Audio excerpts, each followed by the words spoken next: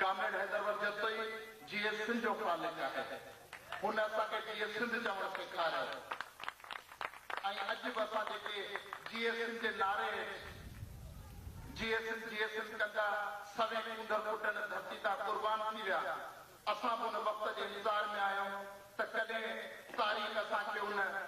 उन इम्तिहान जी घड़ी ते आणे थी बीहारे पोइ ख़बर पवंदी माण्हू चवे त आउं हर वक़्तु क़ुर्बानी लाइ तयारु आहियां पर जॾहिं बंदूक कनपटी ते रखिजे ऐं टॉर्चर सेलनि में वेही करे रियासत जा कारंदा जॾहिं लिंग खे चीरे हुन में लूण विझनि उते जॾहिं साबित क़दम थी मोटी अचो त पोइ सलाम कंदासीं